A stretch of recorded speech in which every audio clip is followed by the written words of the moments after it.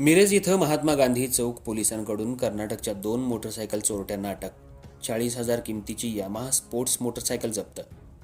मिरज शहरात मोटरसायकली चोरणाऱ्या कर्नाटकातल्या 2 चोरट्यांना महात्मा गांधी चौक पोलिसांनी ताब्यात घेतलं असून चोरीची एक पुण्यातली यामाहा कंपनीची स्पोर्ट्स मोटरसायकल जप्त करण्यात आली आहे.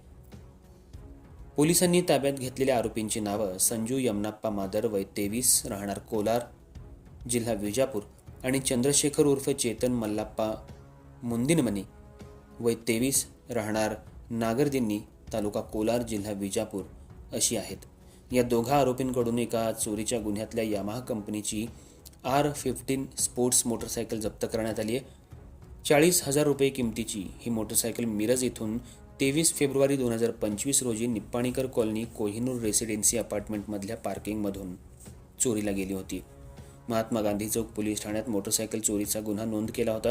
पोलिसांनी चोरीचा छडा लावून मोटरसायकलसह आरोपींना जेरबंद केलंय.